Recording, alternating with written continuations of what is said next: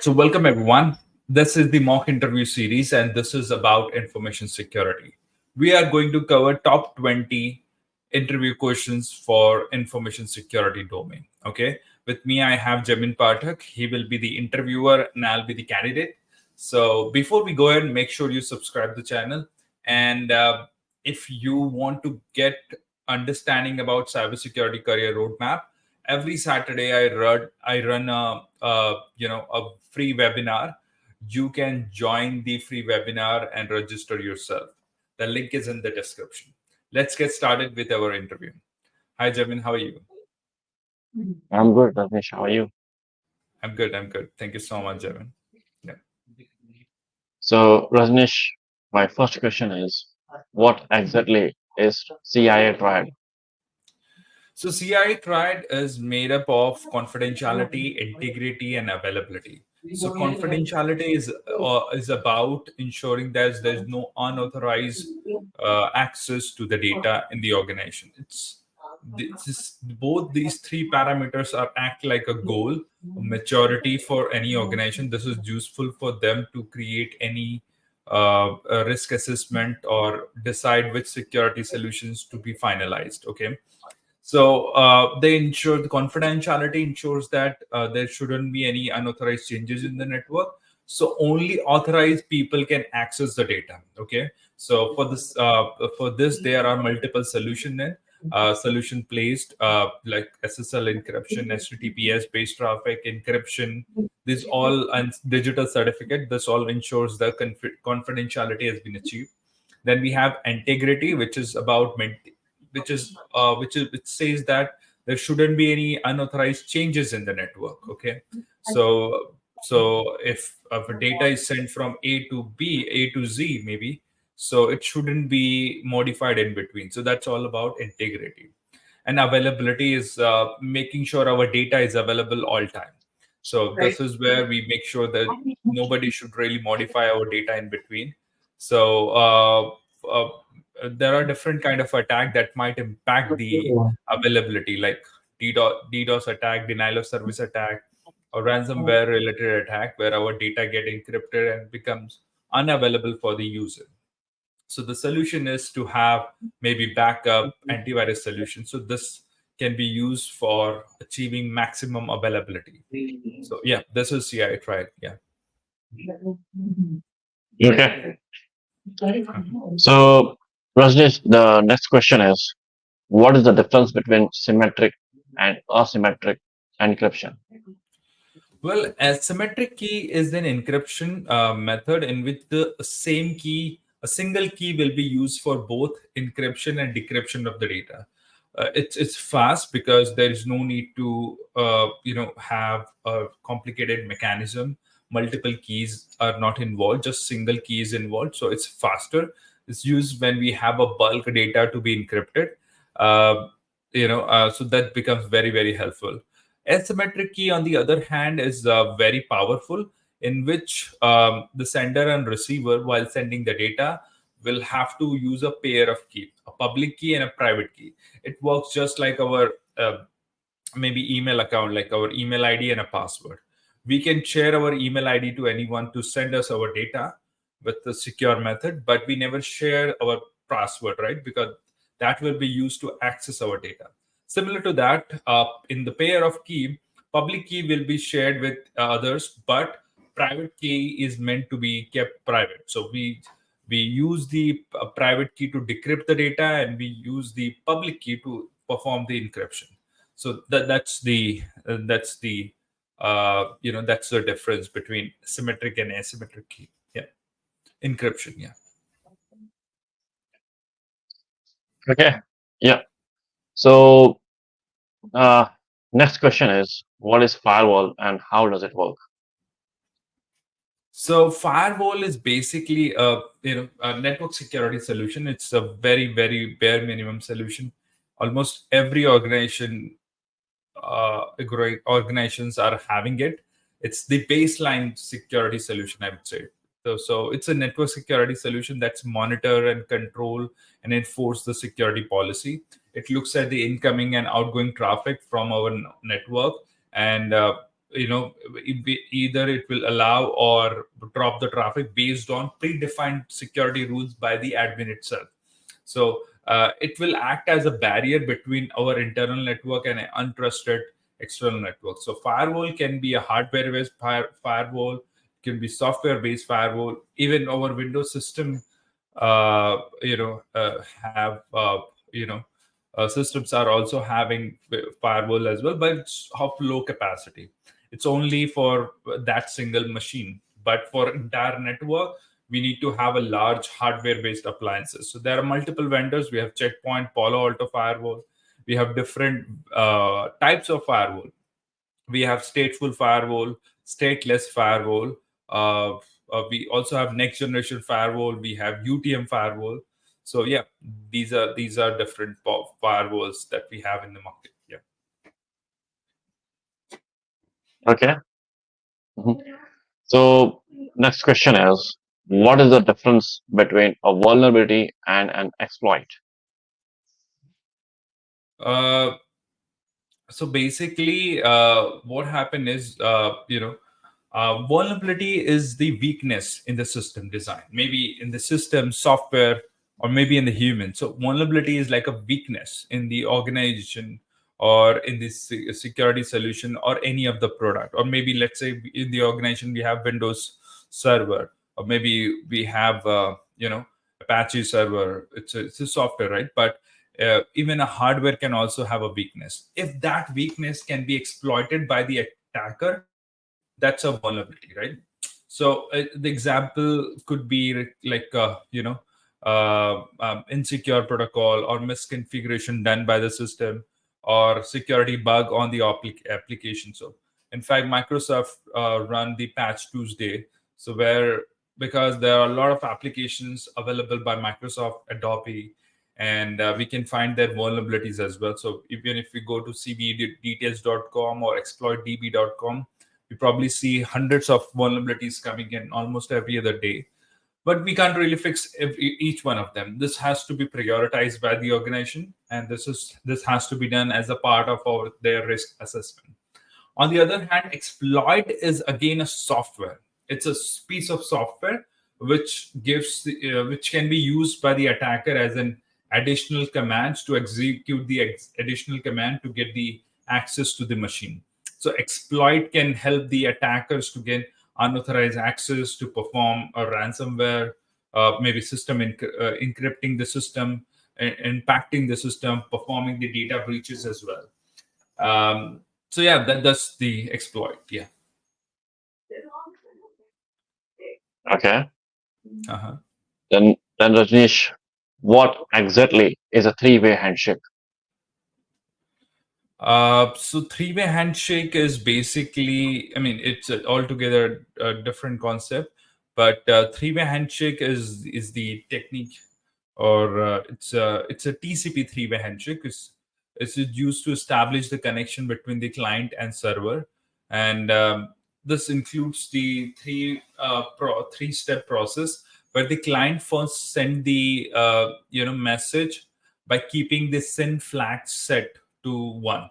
Now, this flag is there in the TCP layer. So, if we look at the OSI model, there is a header added on every layer. Just like when we send a post to somebody, every department or every carrier in between might be adding their own layer, right? Similar to that, every layer on the OSI model add their own header. So on the TCP header has got something called TCP flag, and every flag indicates something. So we have a flag called SYN flag, which is like a request message. So first thing first, the client first send the SYN flag and send it to the server. It says that I want to talk to you, or maybe to verify if that specific port on the server is open or not. In case of a web server, it's usually 80 or 443, and the server receive that packet and it acknowledge it, and it also add a SYN flag saying that I acknowledge it and I'm ready to talk to you. And client get to know that yes, the port is open and I'm ready to talk. Finally, the client acknowledge it. So the SYNAC and ACK completes the three-way handshake. So yeah, that's it. And after that, the actual traffic goes onto the network. Mm-hmm. Okay, got it. So then, what is the principle of least privilege? Uh, well, a principle of least privilege is the state. I would say it's a it's a framework, or you could say a practice, where you say where you say the only minimum level of access or permission would be enough for any users to perform their task. It means that but we limit the rights to individuals, so that they can the rights to only what is really important.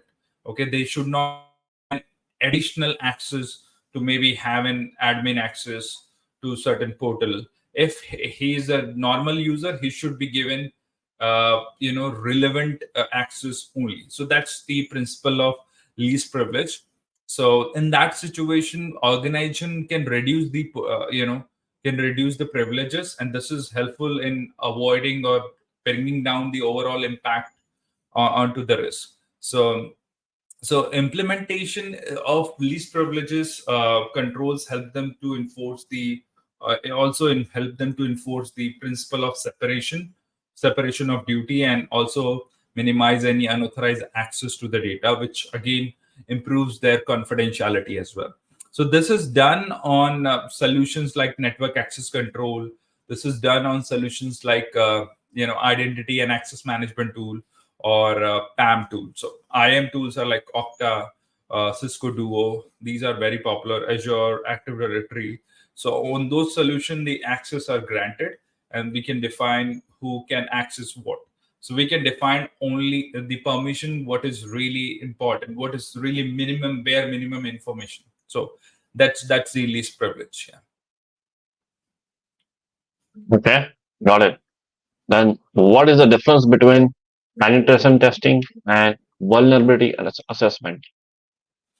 So yeah, well, when we talk about the penetration testing, it's a altogether different exercise, because it involves simulating the real attack. Okay, I think I should first tell you about the vulnerability assessment. Basically, vulnerability assessment is just about finding the vulnerability. It involves a process of identifying, discovering, quantifying, and prioritizing the vulnerabilities in the system. As I said earlier in your earlier question, uh, every organization discover hundreds of vulnerabilities every day, so they can't really keep fixing all of them. They have to prioritize it, and then they start working with it. This is the part of vulnerability assessment process. Okay, typically it is performed by the vulnerability scanning tool to discover those vulnerabilities. These tools can be Tenable, Nessus, Qualys, Nexpose. So these tools are useful in discovering the vulnerabilities, and these are usually shown by CVE number. And then it can be CVE 2024, then a number. So every year has it start with the year and then the unique number. So once we have the vulnerability, then we work in prioritizing it based on different factors, like if the exploit is available, what's the impact on the network, and everything. Now, penetration testing is a process where we go a step ahead, where where we actually simulate the attack on the system by identifying the vulnerability and then assess its security posture, where we actually don't stop at finding the vulnerability.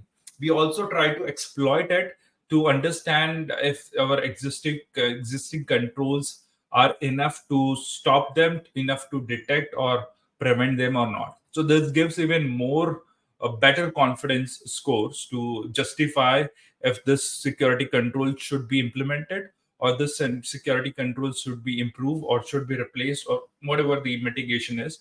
But penetration testing is the process where we do the vulnerability scanning, and then we perform the exploitation, or in general security testing.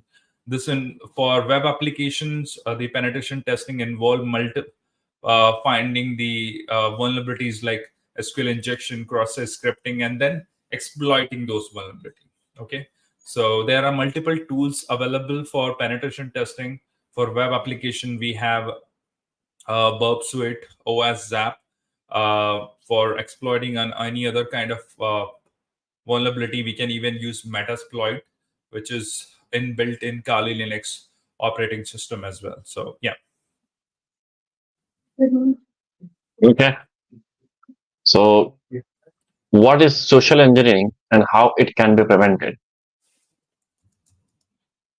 Uh, so basically, social engineering is the manipulation. I would say is the manipulation, tweaking the individual behavior, uh, and gaining the confidential information, which wouldn't have been possible otherwise, or perform any action that compromise the security as well.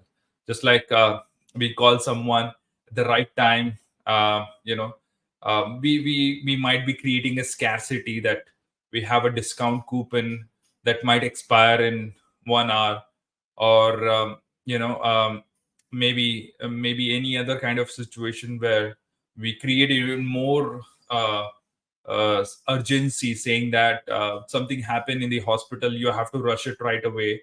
Maybe someone know about you personally, so he can possibly tweak a text message or send an email accordingly.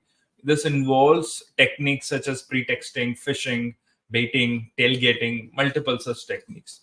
And there are different methods involved as well. Like you can send a text message to reset your password, or maybe saying that someone has tried accessing your Facebook account, reset the password right away. And under that, you have a link. That link, the moment you go on that link and try resetting the password, it might be a fake website, and as a result, the attacker might retrieve your credentials as well. So this becomes really challenge. And there are multiple. This only, I mean, I think organization run multiple solutions to mitigate such thing. The one of the most effective solution in my experience have been the security awareness training, where we perform the phishing simulation training program as well, where we actually send an email which looks actually like an social engineering attack, and we see how the user respond, and then we can then focus on that specific or weak employees accordingly. And then, of course, there are multiple other solutions like implementing policies, procedures to handling sensitive information, deploying additional security controls in the network to filter email, to contaminate email as well. So these are some of the solutions. Yeah. Okay. So, then tell me, what is a 0-day vulnerability? So 0-day vulnerability is, it's again a vulnerability, but it's a software vulnerability that is actually unknown to the vendor itself. Usually, what happens is whenever there is a weakness in the system, it's a job of software vendor or maybe security researcher to report it. Most of the time, it is reported by the vendor itself. But if there is a software vulnerability that is unknown to the software vendor, or maybe and yeah, of course, software vendor itself, which makes it exploitable by the attack before the patch or the fix is even available.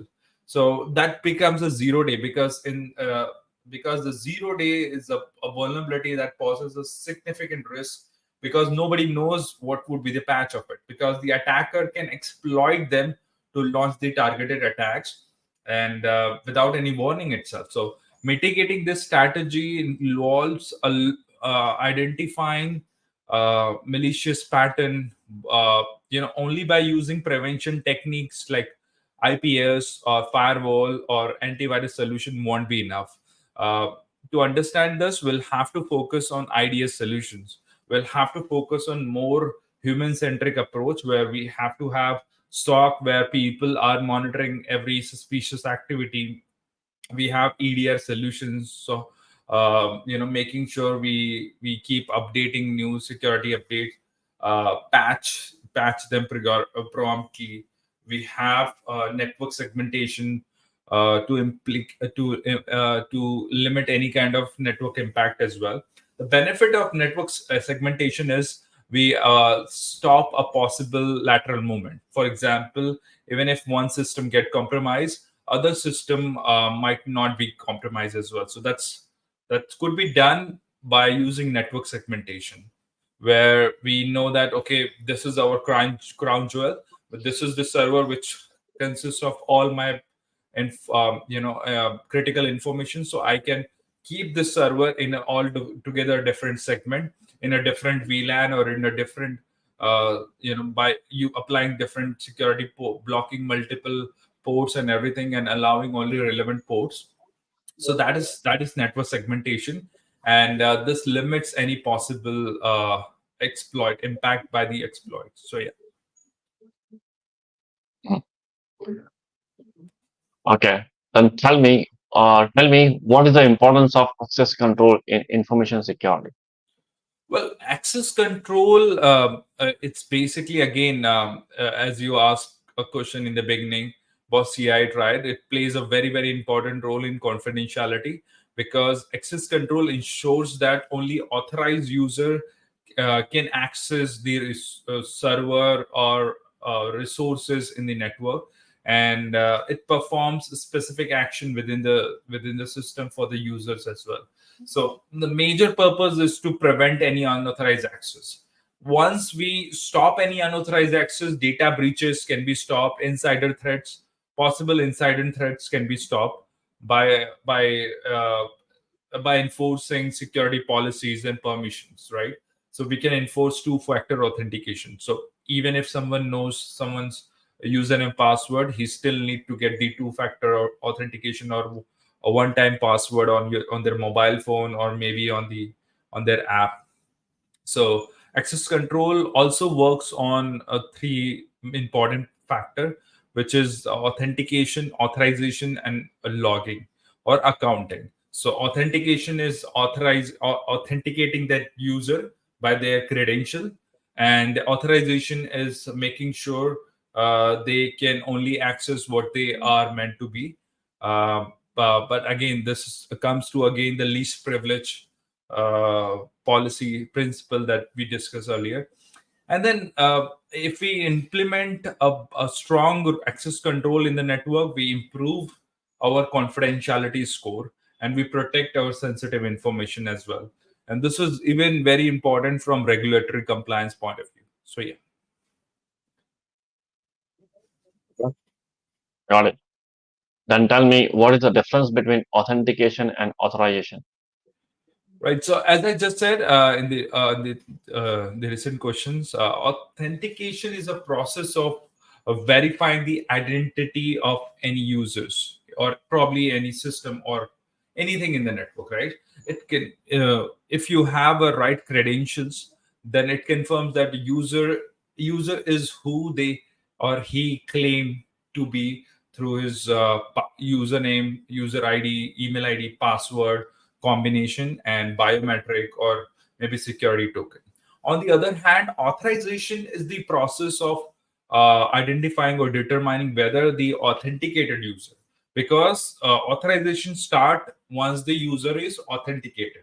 Once you are authenticated, then the authorization starts, which says that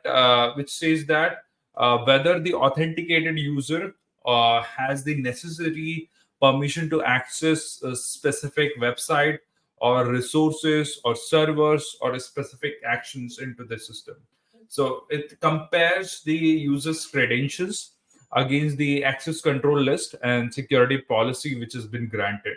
Okay. So for example, we have remote access VPN. I can get authenticated by entering the right username and password, maybe two-factor authentication as well. Maybe I'm an attacker or I have stolen it from somewhere else, or I got it from dark web, right? Now, uh, even if I got the access to it, now it depends what access the user is having now. If he is a normal employee, he will be having a normal access to the network, right? So he won't get the admin privileges in that case. So that involves the authorization process based on the user authentication. So yeah, based on the Mhm. user security policy. Sorry, based on the security policy, he will be granted access to the resources. So yeah. Okay, got it. Yeah. Then tell me, what is the difference between encryption and hashing? Sure. Encryption is basically converting one form of data into another. So for this, it uses the cryptographic function. We discuss about symmetric and asymmetric key. We can use any one of them for encryption. But again, with encryption, there is a two step process. I mean, we can encrypt the data and we can decrypt it and see the data again, right? For example, I can send hello to you and it will be encrypted by me. You get it, and you can decrypt it by On the other hand, hashing is converting a data into a fixed size string character by using any hashing algorithm. So I can hash hello message, and once it get hash by using hashing algorithm, you will get a fixed length string of maybe 128-bit character, but you can't really decrypt it. So the purpose arises because the purpose of encryption is about securing the data, making sure that we have confidentiality. No other person can see the data. Only me and you can see and talk to each other. No, nobody else can listen to our conversation. On the other hand, the purpose of hashing is to achieve the security. Is to make sure our data can be retrieved in a large database, or maybe security and achieving integrity as well. So I'll give you just some use cases. People use the hashing for checking the integrity. Let's say I have a file, right? I can create a hash value of that entire file, 128-bit hash value. It doesn't matter what's the size of the data. I'll always get a fixed 128-bit size based on the function. Maybe if I'm using SHA-128, SHA-256, there will be different character. Now, once I send that file to you, you might wonder, it seems like it is being sent by Rajneesh, but what if it might be altered in between? So, what I can do is I can send you a file and I can send you a hash. Now, you can again convert that file into a hash and check if the hash value that you receive and the hash value that I sent it is matching. Okay, so you check the hash value from A and hash value at B, and you verify if the hash value is unchanged. That means the data is unchanged. Okay, so that means the integrity has been maintained. That's the one use case of hash. Another use case is also to secure, to save the password on the website. So for example, we hear the news like a LinkedIn database has been compromised on or leaked in the dark web. So only those, usually only username is plain text. People, attacker, or the in the dark web, the email ID is actually exposed. Password is actually hashed. So it's get hashed into a fixed at 128-bit, which cannot be retrieved back. As I said, it's a one unidirectional function. So a hacker will never know about the actual password because it's a hash value of 128-bit, which becomes very difficult to get it back. So that's where it becomes very helpful of performing the hashing. So it's useful in data integrity verification, password storage, and even digital signatures as well. So yeah, that's the difference between encryption and hashing. Okay. Then tell me, Rajneesh, what is the principle of defense in depth? So difference in depth is the talks about implementing the security controls, the security solutions in multiple layers. In spite of just in the flat architecture, we can implement that in a layers, saying that the security controls will be implemented in perimeter, then on the application layer, then in the data layer, and then the user layer. So that way, it's actually categorized. it aims as the making sure we have a security controls at every level, so that even if someone get compromise any one of these security controls and get into it, we have an additional layer. It's actually a military term which is adopted in the cybersecurity space as well. So on the first layer, we might be having a perimeter layer, right, where we have our firewall, okay, where we have our DNS security, IDS, and all those stuff. In the next layer, we can have maybe application layer security or data layer security, where we can have our encryption, we can have our data loss prevention solutions. So a defense in depth, they also include multiple other techniques like network segmentation, access control, two-factor authentication, encryption, security awareness training program. So that's the defense in depth approach, I would say. Yeah.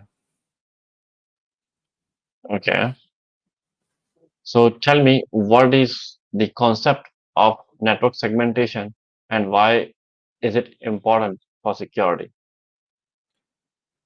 Uh, well, network segmentation is a very important concept because it divides the network. It divides the whole network into a smaller sub network.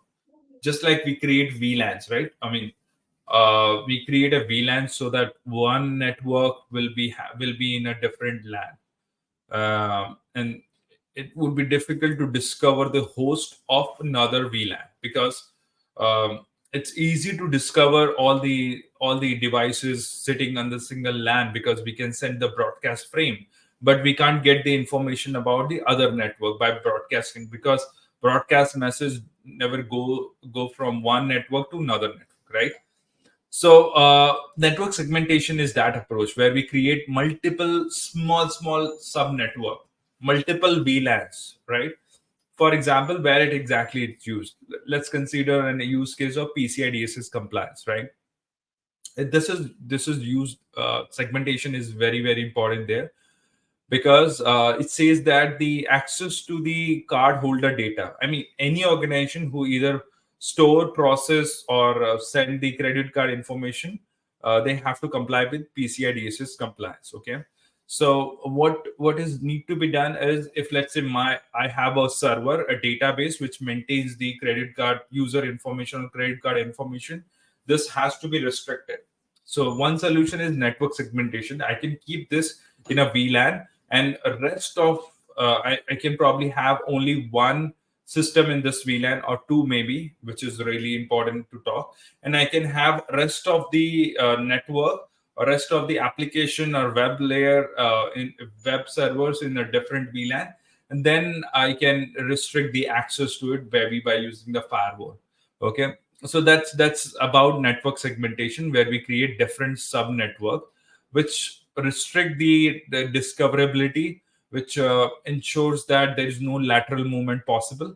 And with the help of network segmentation, we improves, increases the visibility, increase the security controls. We can monitor every activity that is happening into the network, and that's the reason many organizations are adopting this approach as a part of zero trust security framework. So yeah, that's the concept of network segmentation. Okay. So then let's just tell me, what is the difference between IPS and IDS?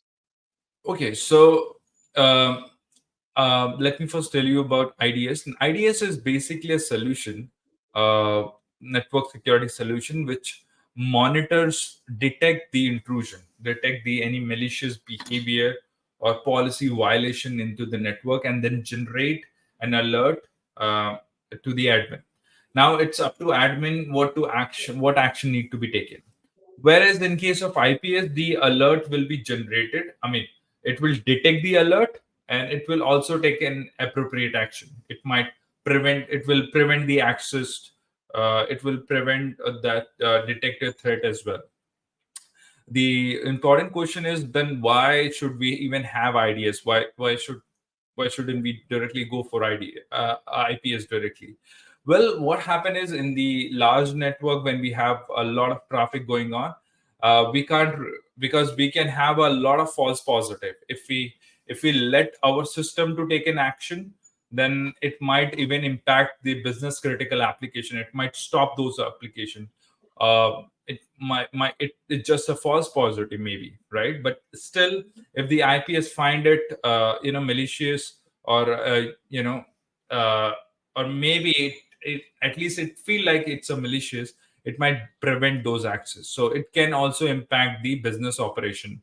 So that's why IDS is a better solution in some of the cases. And organization basically use both, but IDS is deployed in the passive mode. It actually takes the copy of the traffic. It's not deployed inline. But when we are sure that this is our this is the better solution we have a good policy, we have a strict rule about, yes, this possibly be the denial of service in any form. So I can use the IPS on those situation, and it is deployed inline. That means it is actually deployed in the direction directly in the network path itself, in the direction of the traffic, so that it can immediately take an action to stop those malicious activity. Now the way it works is very similar on both IDS and IPS. Both need to update their signature. They actually look at the header or the payload as well in some of the situation, and it can identify if there is a malicious activity. Like for example, um, when we send when our browser want to talk to Google, it adds the HTTP header. Those header, we also have HTTP agent information, which could be Chrome, Mozilla, Firefox. But if the agent information is like Nmap, right, or maybe something weird, so it find it weird, I mean it find it suspicious, and IDS will generate the alert, but IPS will stop those connection right away.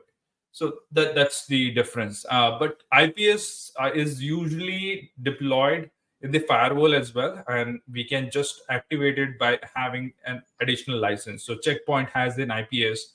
uh, um, Cisco has an IPS. It's called Snort IPS.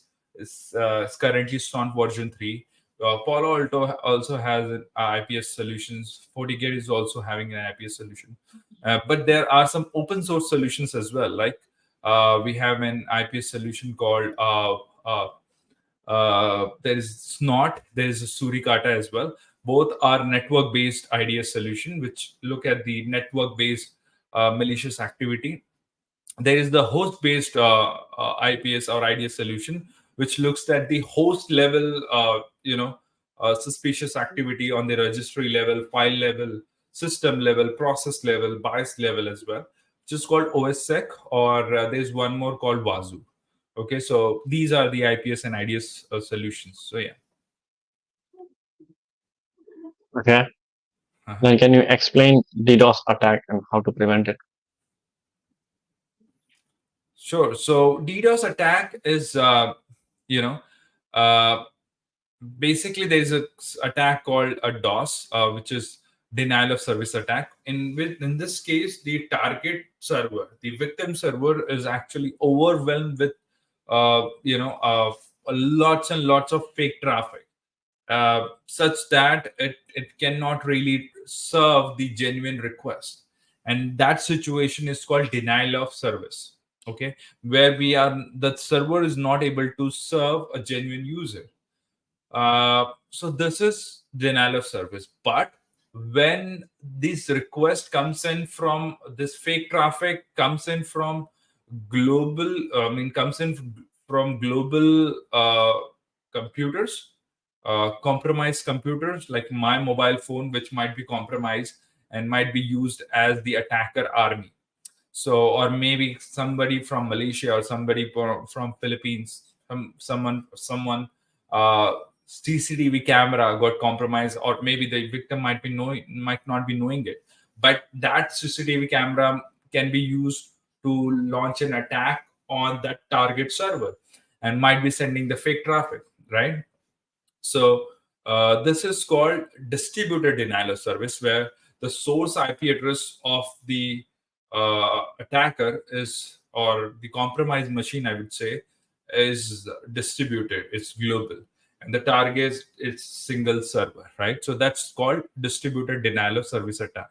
Now the compromised computers, the compromised army of computers is called botnet, because they never know, they are just compromised, and they are completely under control by the attacker to launch an attack on the victim server. So now there could be different types of attack. It could be a flooding attack. It could be crash attack. There could be an attack which could be on ICMP level, network layer. There could be an attack on the application layer. Uh, there are different ways to prevent such attack. There are some solutions by a service provider, which, in case of denial of service attack, if they sense it, they keep taking those traffic in their backhaul. They clean, and then they process those traffic, remove the fake traffic, and send you the clean traffic. That's called anti-DDoS services by the service provider like AT&T, Verizon. They all do it. There are good solution. The only good solution I would say is to use the web application firewalls. So we have Akamai, Imperva, and Capsula, Cloudflare, and these are the must-have solution. In most of the situation, the targets are the web applications, which is available in the in the internet. So we can use a web application firewall in between, so that whenever the attack comes in, it will first serve by our web application firewall, and then if it since it's a DDoS attack, it might drop all the DDoS traffic and send you only a clean traffic. So that's the one solution. So yeah, that's DDoS attack. Yeah. Okay. And Rajneesh, please tell me what is data protection in transit versus data protection at rest? So data protection in transit, the data in the organization can be seen in three part: data at rest, data in motion, and data in use. So when we say data in use, is maybe endpoint used by just like we are using data in use, right? Because we have our computer, we are using it right away. But data at rest can be our storage servers, right?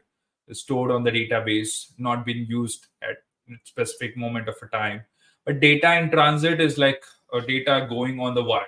Okay, so when we can protect the data in transit by making sure it's encrypted all time, right? So when data is going from server to the client, that's data in transit. When data is just exit and it exists in the database or hard drive, that's the data at rest. So in order to ensure we need to make sure we have an encryption. That becomes very very important in the case of transit. But when the data at rest, there are a lot of other controls required. Of course, we need the data loss prevention software. We of course need the encryption. We also need to make sure we have enough access control. We need to make sure we are running proper vulnerabilities management as well. So that's the data protection required on both the cases. So yeah. Okay. So Rajneesh, can you please explain SQL injection and how to prevent it? So SQL injection is basically a type of code injection attack where attacker, it's actually the victim is the database, okay, database of the server. So in this case, the attacker can create an SQL query, or in such a way that it can execute, or maybe it can manipulate the data uh, in such a way that it can execute the malicious statement to retrieve the intentional information, right? uh, just in the regular space, if we have a database, we use the SQL query to retrieve, to verify if this specific data exists in this specific table and this specific row or not, or maybe in the column or not. If this exists, then I can say yes, the data exists, I'm all good. Or it is even used by the web server as well to verify whenever we sign up or log into our account. The web server on the front go back to the database and verify if this username password exists or not. If this exists, we get succeed and we get the login into the network. So that is used for a good purpose, but the attacker can manipulate this SQL query and can retrieve the all the information that he can use for malicious purpose. So some queries can be used to say that maybe a boolean expression saying that I need to see the data which justify this condition called 1 to 1. 1 is equal to 1, but 1 is equal to 1 is true for all the row or all the fields, right? So it will give me entire table, entire database itself. So that's actually exploiting the entire network, right? Although currently there are not a lot of SQL injection possible on many of the website because it's being a very old vulnerability, but still it does exist on some of the old uh, outdated servers, I would say.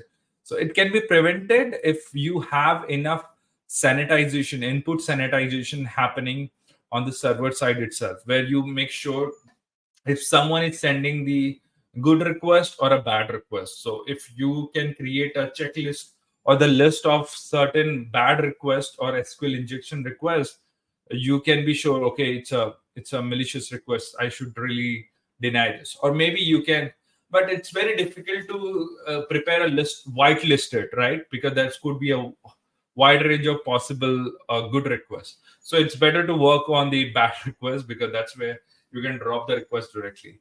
So that's SQL injection attack. Yeah. Okay. Then Mhm. can you please explain MITM attack and how to prevent it? Well, MITM is the man in the middle attack, which is the type of attack where hackers can place himself between the two party, and then he can intercept the communication. He can eavesdrop. He can he can possibly impersonate any party and redirect the connection to somebody else and can retrieve all the relevant information. It's possible in the Wi-Fi based attack. It's possible if the attacker is sitting in the same network. So that's possible. Or even if the attacker can intercept the SSL handshake happening to the web server, he can do that as well. So there are multiple solutions being used for this. First and very important is the VPN SSL inspection. I mean, encryption is very important. Making sure all the website, all the connection that you establish with any website or when anybody or any application, it has to be encrypted, right? So you need to make sure that SSL or TLS. Now SSL is called TLS. 1.3 is being used. Valid certificate is there. We have you using the strong WPA2 encryption method while you connecting to any Wi-Fi. You're using IDS solution. So yeah, this is important. Okay, perfect. Then can you please tell me the different layers of OSI model? Sure, OSI model has got 7 layers. It starts with the physical layer. Then we have data link layer, second layer. Then we have network layer, which is the layer 3. Then we have transport layer. Then we have session layer. Sixth layer is presentation layer. And then on the top, we have application layer. Now, let me tell you about each one of them. Physical layer takes care of the physical media. It's wire, cable, communication media, right? Data link layer is all about handling the layer 2 information, uh, where the switch resides, right? The layer 2 switch resides where the forwarding happen based on the MAC address. Every device has got a physical address that's called MAC address, and information is sent based on the MAC address of the packet of the frame, right? Of the device, sorry. Then on the layer 3 we have a network layer where the router sits. Routers and IP protocol, routing protocol sits. They take care of it, and where the data is sent based on the IP address, the destination IP address. Every router sees the packet and then send it based on the routing table. And then we have transport layer.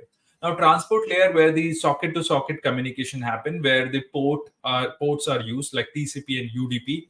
So TCP, if we are using TCP, it is used for more reliable communication. UDP is used for unreliable communication.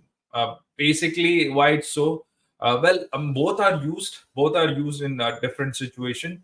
If let's say, you want to have one-to-one communication, you want to make sure for every packet you must get an acknowledgement. You should go for TCP. But let's say you want to broadcast to maybe thousands of people at once or millions of people, you can't really expect to have an acknowledgement from everyone. You can just keep sending the traffic. In that situation, you use UDP, right? So that's the difference. And then you have session layer, where the session establishment, session termination, session management happen. And next we have presentation layer, where the data encryption and data encoding, all the things related to the SSL is also done. Finally, we have an application layer, where the actual data is consumed by the user, where the application protocol like SMTP, right? Protocol like STTP is all served on it, right? So when we use the browser, we are actually accessing the HTTPS traffic. When we send an email, we see the SMTP traffic, right? So that's how the OSI model works. So yeah. Okay, perfect. So Rajesh, this is all I have. All this 20 interview questions. Thank you. All right. Thank you so much for your time. Thank you so much, Jamin, and thank you so much, everyone, for watching this video. If you have any question, do let us know in the comment section. I would love to answer that. Thank you so much.